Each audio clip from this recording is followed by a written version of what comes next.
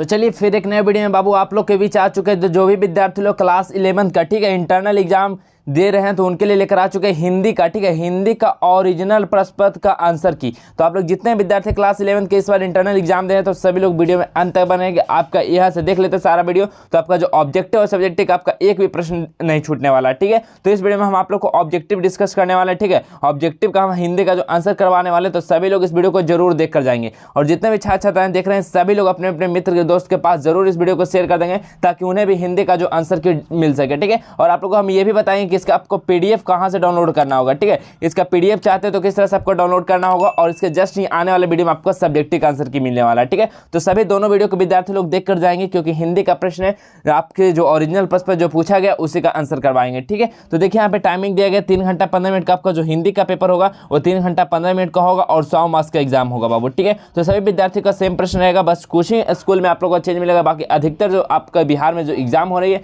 Internal exam सभी को एक तरह का ही प्रश्न मिल रहा है ठीक है। तो सभी लोग इस वीडियो को जरूर से जरूर ध्यान देंगे ठीक है। जिनका भी पिछले वाला मैच किया होगा एग्जाम में तो उनका भी ये प्रश्न जरूर मैच करेगा ठीक है। चलिए यहाँ देख लीजिए क्या दिया गया, परीक्षार्थी के लिए कुछ निर्देश दिया गया, आप लोग इसको पढ़ लेंगे क्या निर्देश है। अगला देखें क्या है कि अगला सेक्शन में सेक्शन 2 है, सेक्शन आ और सेक्शन बा। सेक्शन आ में आपका ऑब्जेक्टिव टाइप का प्रश्न है और सेक्शन बा में आपका सब्जेक्टिव टाइप का प्रश्न है। तो हम इस वीडियो में आप लोग के बीच हम ऑब्जेक्टिव का डिस्कस करेंगे, अगले आने वाले वीडियो में आपको सब्जेक्टिव का आंसर की दिया जाएगा ठीक है। तो चलिए यहाँ पे देख सकते हैं आप लोग जो निर्देश दिया गया कि प्रश्न संख्या 1 से 60 तक क्या है, ऑब्जेक्टिव है जिसमें 4 गो ऑप्शन है। इसमें से किन्हीं 50 प्रश्न का उत्तर देना है ठीक है। 60 क्वेश्चन में से आपको 50 प्रश्न का उत्तर देना, यानी 50 मार्क्स का सिर्फ आपका ऑब्जेक्टिव रहने वाला है ठीक है। तो चलिए सभी ऑब्जेक्टिव का फटाफट आंसर बताते तो सभी लोग नोट डाउन कर लीजिएगा, सभी लोग लिख लीजिएगा, याद कर लीजिएगा ठीक है।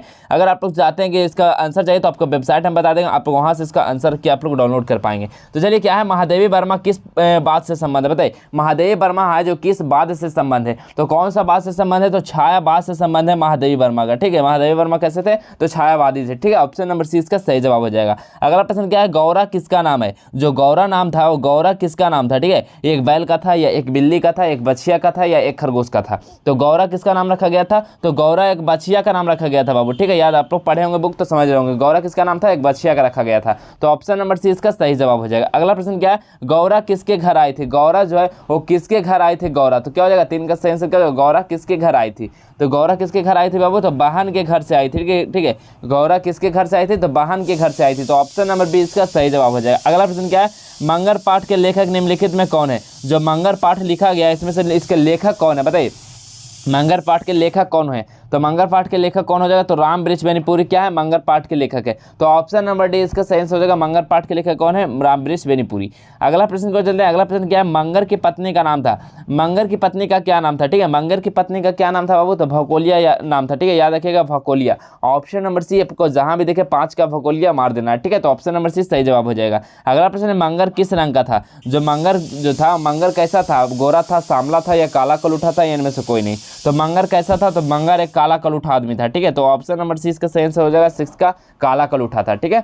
चलिए अगला प्रश्न को चलते। अगला प्रश्न क्या है, 5 परमेश्वर पाठ कौन सी विधा है। जो 5 परमेश्वर पाठ है ये कौन सी विधा है, निबंध है, नाटक है, उपन्यास है या कहानी है बाबू। तो 5 परमेश्वर पाठ कौन सी विधा है, तो कौन सी विधा, तो कहानी है ठीक है। 5 परमेश्वर क्या है, कहानी है। ऑप्शन नंबर डी बिल्कुल सही इसका जवाब हो जाएगा। अगला प्रश्न है, अलगू चौधरी के गुरु का नाम क्या था। अलगू चौधरी जो थे इनके जो गुरु थे उनके गुरु का नाम क्या था बाबू। तो इनके गुरु का नाम क्या था, जुमराती था ठीक है। जो अलगू चौधरी के गुरु का नाम क्या था, जुमराती था। तो ऑप्शन नंबर सी हो जाएगा जुमराती। अगला प्रश्न है कि 5 परमेश्वर प्रेमचंद की कहानी है। 5 परमेश्वर प्रेमचंद की कहानी इनमें से कौन है, बाद की, आरंभ की, बीच की या इनमें से कोई नहीं। तो क्या हो जाएगा 9 का सही आंसर क्या हो जाएगा, आरंभ की क्या है, 5 परमेश्वर प्रेमचंद की कहानी है ठीक है। अगला प्रश्न है, प्रेमचंद का जन्म कहाँ हुआ था। जो प्रेमचंद का जो जन्म हुआ था बाबू वो कहाँ हुआ था। तो प्रेमचंद का जन्म कहाँ हुआ था, तो बताइए प्रेमचंद का जन्म कहाँ हुआ था। तो ये हुआ था सपही सीतापुर में ठीक है, सपही सीतापुर में। अब चलिए पहले आपको बताते हैं कि इसका जो पीडीएफ आप लोग किस तरह से डाउनलोड करना और इसका आंसर की आपको कहाँ से मिला वो बताते हैं। उसके बाद इसके वाले क्वेश्चन को हम डिस्कस करेंगे ठीक है। तो चलिए सबसे पहले आप लोग क्या करना, आपके पास कोई भी आपका गूगल और क्रोम ब्राउजर होगा बाबू उसको क्या करना, ओपन कर लेना है। ओपन जैसे ही कर लोगे इस प्रकार का आ जाएगा। इसमें तुमको सर्च कर लेना जस्ट एजुकेशन ठीक है। गूगल ओपन करोगे, गूगल ओपन करने के बाद जस्ट एजुकेशन को सर्च करना, इस तरह का इंटरफेस आ जाएगा, इस पर क्लिक कर लेना। इस पर जैसे ही क्लिक करोगे इस तरह का इंटरफेस आ जाएगा। जस्ट एजुकेशन खोल कर देख सकते हो तुम लोग स्क्रीन पे, यहाँ पे लिखा गया क्लास 12, ठीक है, क्लास 12 जो लिखा गया इस पर क्लिक कर लेना। इस पर जैसे ही क्लिक करोगे तो इस तरह का इंटरफेस आ जाएगा, class 11 test exam 2023 viral question paper download 2023। तो इस वाले पे, पहला वाला पे क्लिक कर लेना। इस पर जैसे ही क्लिक करोगे इस तरह का तुम्हारे सामने इंटरफेस खुल जाएगा। यहाँ से सभी चीज़ों को आप लोग बारीकी से पढ़ लेंगे और नीचे की ओर जैसे स्लाइड करेंगे तो यहाँ पे देख सकते हैं 11 test exam 2023 question paper download link, ठीक है, क्वेश्चन पेपर डाउनलोड लिंक है। यहाँ से देखो फिजिक्स केमिस्ट्री सभी का जैसे डाउनलोड किया तो ऐसा ही हिंदी का, ठीक है, हिंदी के सामने जो डाउनलोड का सेक्शन है इस पर क्लिक कर लेना। इस पर जैसे ही क्लिक करोगे तो इस तरह का इंटरफेस आ जाएगा जहाँ पे लिखा गया 11 टेस्ट एग्जाम आउट क्वेश्चन, ठीक है, बिल्कुल यहाँ पे जो ओरिजिनल प्रश्न है उसी का आंसर मिलेगा, ठीक है। तो यहाँ पे जैसे ऊपर जाओगे तो यहाँ पे देख सकते हो यहाँ पे ऑब्जेक्टिव जो आपका, ठीक है, जो हिंदी का जो ऑब्जेक्टिव का आंसर किया है आपका, यहाँ पे आंसर की सारा का आंसर जितना भी प्रश्न है सभी का 50 प्रश्न का यहाँ पे आपको आंसर दिया गया है। तो आप लोग उसको आप लोग बिल्कुल आसानी से आप लोग देख पाएंगे और आंसर को सही करके आएंगे। नीचे आप लोग जैसे सेलेक्ट करेंगे तो डाउनलोड क्वेश्चन पेपर लिंक, अगर आप लोग यहाँ पे क्या चाहते हैं कि अगर आप ऑब्जेक्टिव को डाउनलोड करें तो डाउनलोड वाले पे क्लिक करेंगे। अगर आप लोग 11 का हिंदी का सब्जेक्टिव चाहिए तो इस पर डाउनलोड वाले पे क्लिक करेंगे, ठीक है, यहाँ से करेंगे डाउनलोड, आपको आसानी से डाउनलोड हो जाएगा। तो जाइए फटाफट सभी विद्यार्थी डाउनलोड कर लिए और टेलीग्राम ग्रुप को ज्वाइन है तो मस्ट आप लोग ज्वाइन हो जाइएगा, ठीक है। तो देखिए आप लोग बता दें कि किस तरह सबके हिंदी का जो पेपर है वो डाउनलोड करना बाबू, तो फटाफट जाइए और हिंदी का ओरिजिनल प्रश्न पत्र को आप लोग डाउनलोड कर लीजिए। चलिए अब अगला प्रश्न की ओर हम लोग चलते हैं। यहाँ सभी आप लोग वीडियो देख रहे हैं तो आप लोग हद तक आप लोग सही आंसर करके आएंगे, ठीक है। चलिए अब अगला प्रश्न हम लोग चलते हैं। अगला प्रश्न क्या है, महादेवी वर्मा का जन्म कब हुआ था? जो महादेवी वर्मा का जो जन्म हुआ था वो कब हुआ था? महादेवी वर्मा का जन्म, तो महादेवी वर्मा का जन्म कब हुआ था बाबू? तो 1907 ईस्वी में हुआ था। कब हुआ था? 1907 ईस्वी में। ऑप्शन नंबर 20 का सही जवाब हो जाएगा। अगला प्रश्न है, रविन्द्रनाथ ठाकुर को किस पुस्तक पर नोबेल पुरस्कार मिला था? रविन्द्रनाथ जो ठाकुर हैं वो किस पुस्तक पर नोबेल पुरस्कार मिला था? तो कौन सा पुस्तक पर उनको नोबेल पुरस्कार मिला था रविन्द्रनाथ ठाकुर को? तो कौन सा पुस्तक पे मिला था? तो गीतांजलि पुस्तक पे, ठीक है, याद रखना गीतांजलि पे। ऑप्शन नंबर 20 का सही आंसर हो जाएगा गीतांजलि पे। चलिए अगला प्रश्न देखते हैं। अगला प्रश्न क्या है,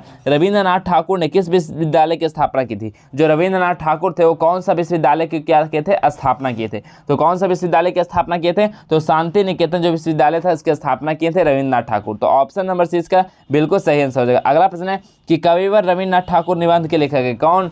बताइए, कविवर रविन्द्रनाथ ठाकुर जो निबंध है इसके लेखक कौन है? तो इसके लेखक कौन थे बाबू? तो इसके लेखक कौन है? तो हजारी प्रसाद द्विवेदी इसके लेखक थे, कविवर रविन्द्रनाथ ठाकुर के, ठीक है। तो ऑप्शन नंबर 20 का सही जवाब हो जाएगा। चलिए अगला प्रश्न देखते हैं। अगला प्रश्न क्या है, हरिवंश परसाई किस राज्य से संबंध है? जो हरिवंश परसाई है ये कौन सा राज्य से संबंध है, मतलब ये कौन सा राज्य में रहते थे? बताइए हरिवंश परसाई तो कौन से? तो इसका सही आंसर हो जाएगा मध्य प्रदेश, ठीक है, Madhya Pradesh. Option number C हो जाएगा। अगला प्रश्न है कि बैरम खां किनके पिता थे? जो बैरम खां थे ये किनके पिता थे? बैरम खां किनके पिता थे बाबू? तो 16 का सही आंसर हो जाएगा रहीम के, ठीक है। ऑप्शन नंबर सी मार्क आना, बैरम खां किनके पिता थे? तो रहीम के। अगला प्रश्न है कि रहीम का जन्म किस वर्ष हुआ था? जो रहीम थे उनका जन्म जो हुआ था वो कौन सा ईस्वी में हुआ था? तो रहीम का जन्म कौन सा ईस्वी में हुआ था बाबू? तो 1556 ईस्वी में, याद रखना। ऑप्शन नंबर बी 1556 ईस्वी में रहीम का जन्म हुआ था। अगला प्रश्न है जीवन संदेश कविता के कवि कौन है? जो जीवन संदेश कविता है इसके कवि कौन माने जाते हैं? तो कौन है इसके कवि बाबू? तो इसके कवि हैं रामनेश त्रिपाठी, ठीक है। जीवन संदेश कविता के कवि कौन है? तो Ramnesh Tripathi. Option number C आपका बिल्कुल सही जवाब हो जाएगा। चलिए अगला प्रश्न देखते हैं हम लोग। अगला प्रश्न है कि हिमालय का संदेश कविता के लेखक कौन है? हिमालय का जो संदेश के कविता है इसके लेखक कौन है? तो हिमालय के संदेश के कविता के लेखक कौन है? तो रामधारी सिंह दिनकर है, रामधारी सिंह दिनकर, याद रखना रामधारी सिंह दिनकर। ऑप्शन नंबर 20 सही आंसर हो जाएगा हिमालय का संदेश। अगला प्रश्न है सुमित्रानंद पंत का जन्म कहाँ हुआ था? सुमित्रानंद जो थे उनका सुमित्रानंद पंत जो थे इनका जन्म जो हुआ था वो कहाँ हुआ था? कौन सा डिस्ट्रिक्ट में हुआ था? बताइए कौन सा स्टेट में हुआ था? क्या हो जाएगा इसका सही आंसर? 20 का सही आंसर क्या हो जाएगा? कसौनी के उत्तराखंड में हुआ था सुमित्रानंद पंत का जन्म। तो ऑप्शन नंबर ए सही जवाब हो जाएगा। अगला प्रश्न है सुमित्रानंद पंत किस बात के कवि हैं? जो सुमित्रानंद पंत थे ये किस बात के कवि थे? तो किस बात के कवि थे? तो छायावाद के थे। महादेवी वर्मा भी क्या थे? छायावाद के कवि थे, याद रखना। ऑप्शन नंबर 20 का सही जवाब हो जाएगा। अगला प्रश्न देखते हैं। तो अगला प्रश्न क्या है कि रामधारी सिंह दिनकर को निम्नलिखित किस राज्य से संबंध है? बताइए रामधारी सिंह दिनकर जो है वो कौन सा राज्य से उनका संबंध है? तो कौन सा राज्य से संबंध है बाबू? तो इसका हो जाएगा बिहार राज्य से, ठीक है, बिहार के रहने वाले थे रामधारी सिंह दिनकर। तो ऑप्शन नंबर 20 का सही आंसर हो जाएगा। अगला प्रश्न है कुरुक्षेत्र पुस्तक के लेखक है, कुरुक्षेत्र जो पुस्तक है इसके लेखक कौन है? बताइए कुरुक्षेत्र पुस्तक के लेखक कौन है? तो रामधारी सिंह दिनकर थे, ठीक है। तो ऑप्शन नंबर सी हो जाएगा रामधारी सिंह दिनकर। अगला प्रश्न है जीवन को निर्झर किसने कहा? जीवन को जो निर्झर कहा था वो किनके द्वारा कहा गया था जीवन को निर्झर? तो किनके द्वारा? तो आर.सी. प्रसाद सिंह के द्वारा जीवन को निर्झर बोला गया था। अगला प्रश्न है आर.सी. प्रसाद सिंह का जन्म निम्नलिखित में से किस जिले में हुआ था? आर.सी. प्रसाद जी थे जिनका जन्म हुआ था वो कौन सा जिले में हुआ था? तो कौन सा जिले में हुआ था बाबू? तो दरभंगा जिला में हुआ था आर.सी. प्रसाद सिंह का जन्म। तो ऑप्शन नंबर सी इसका सही आंसर हो जाएगा दरभंगा, ठीक है। अगला प्रश्न को हम लोग बढ़ते हैं। तो अगला प्रश्न क्या है? अगला प्रश्न है कि सुंदर का ध्यान कहीं सुंदर, बताइए सुंदर का ध्यान कहीं सुंदर ये क्या है? एक कविता है, दोहा है, या एक गीत है, या एक कहानी है? तो सुंदर का ध्यान कहीं सुंदर क्या है बाबू? तो क्या हो जाएगा? एक कविता है। ठीक है, सुंदर का ध्यान कहीं सुंदर क्या है? एक कविता है। तो ऑप्शन नंबर 26 का सही जवाब हो जाएगा। अगला प्रश्न है चौराहा शब्द में कौन सा समास होता है? जो चौराहा जो शब्द है इसमें कौन सा समास है? ठीक है, तो कौन सा समास है? तो द्विगु समास होता है चौराहा शब्द में। तो ऑप्शन नंबर 20 सही आंसर हो जाएगा। चलिए अगला प्रश्न काफी शानदार प्रश्न, माता पिता किस समास का उदाहरण? ये सब आपका जो 10th बोर्ड में आपको पूछा गया होगा। ठीक है, सब 10th में पढ़े होंगे आप लोग। तो माता पिता किस समास का उदाहरण होता है? तो माता पिता किस समास का उदाहरण होता है? तो द्वंद्व समास का होता है बाबू। ठीक है, द्वंद्व समास। ठीक है, जहां भी आपको जोड़ा मिलेगा द्वंद्व समास का उदाहरण होता है। तो ऑप्शन नंबर सी इसका सही आंसर हो जाएगा। ठीक है, चलिए अगला प्रश्न क्या है? निम्नलिखित में से कौन सा शुद्ध है? बताइए इसमें से जो शब्द लिखा गया श्रीमती, बताइए इसमें से कौन सा शब्द जो लिखा गया बिल्कुल शुद्ध है? तो कौन इसमें से शुद्ध शब्द लिखा गया? तो ऑप्शन नंबर बी देखिए, श्रीमती इस तरह से लिखा था, इस तरह नहीं लिखा था, इस तरह भी नहीं लिखा था। तो ऑप्शन नंबर 20 का सही जवाब हो जाएगा। चलिए अगला प्रश्न हम लोग चलते हैं। अगला प्रश्न क्या है? देखिए कि वीर शब्द का विलोम रूप क्या हो जाएगा? जो वीर शब्द है इसका विलोम रूप क्या होता है? तो वीर शब्द का विलोम रूप क्या हो जाता है? तो कायर होता है। ठीक है, कायर। वीर का जो विलोम उल्टा, मतलब वीर का जो उल्टा क्या हो जाएगा? कायर हो जाएगा, मतलब डरपोक हो जाएगा। चलिए अगला प्रश्न क्या है? विद्यालय का संधि विच्छेद क्या हो जाएगा? विद्यालय का संधि विच्छेद क्या हो जाएगा बाबू? ठीक है, विद्यालय का संधि विच्छेद क्या हो जाएगा? विद्या जोड़ आलय होता है। ठीक है, विद्या जोड़ आलय होता है। ऑप्शन नंबर 20 सही आंसर हो जाएगा, विद्या जोड़ आलय। अगला प्रश्न है गणेश का सही संधि विच्छेद क्या हो जाएगा? ठीक है, गणेश का सही संधि विच्छेद क्या हो जाएगा? गणेश का सही संधि विच्छेद क्या होता है? तो क्या हो जाता है? गण जोड़ ईस होता है। ठीक है, गण जोड़ ईस होता है। ऑप्शन नंबर 20 का भी सही आंसर हो जाएगा 32 का। अगला प्रश्न क्या है कि रजनी जन्नी शब्द सही अर्थ है? बताइए जन्नी शब्द का जो सही अर्थ क्या होता है? जन्नी शब्द का जो सही अर्थ होता है वो क्या होता है जन्नी शब्द का? तो जन्नी शब्द का सही अर्थ क्या होता है? जन्म देने वाली होती है। ठीक है, जन्म देने वाली। तो ऑप्शन नंबर इसका जो डी है बिल्कुल सही आंसर हो जाएगा, जन्म देने वाली बाबू। ठीक है, तो देखिए यहाँ पे 33 प्रश्न का आंसर करवा दिए आपका, नहीं तो वीडियो काफी लॉन्ग हो जाएगा। आपको हम बता दिए कि आपका जो इसका आंसर हो आपका कहाँ से डाउनलोड होगा। ठीक है, आपका आंसर हम बता दिए कि कहाँ से आपको डाउनलोड करना। जाइए फटाफट वहाँ से अपने सभी आंसर को डाउनलोड कीजिए, क्वेश्चन पेपर को डाउनलोड कीजिए और एग्जाम में जाकर आपको गर्दा मचा कर दम धुआं कर दीजिए। ठीक है, तो अगर आप लोगों को वीडियो अच्छा लगा तो लाइक कर दीजिएगा, शेयर कर दीजिएगा। अगर अभी तक चैनल पर नए हैं तो अवश्य सब्सक्राइब करके बेल आइकन को प्रेस कर लीजिएगा, ताकि आगे आकर आप लोग को ही बेनिफिट होगा। ठीक है, इसलिए हम बोलते हैं चैनल को सब्सक्राइब करके बेल आइकन को प्रेस कर लेंगे। ठीक है, तो चलिए इसी प्रकार मिलेंगे आप लोग को अगले वीडियो में। तब तक के लिए जय हिंद, वंदे मातरम।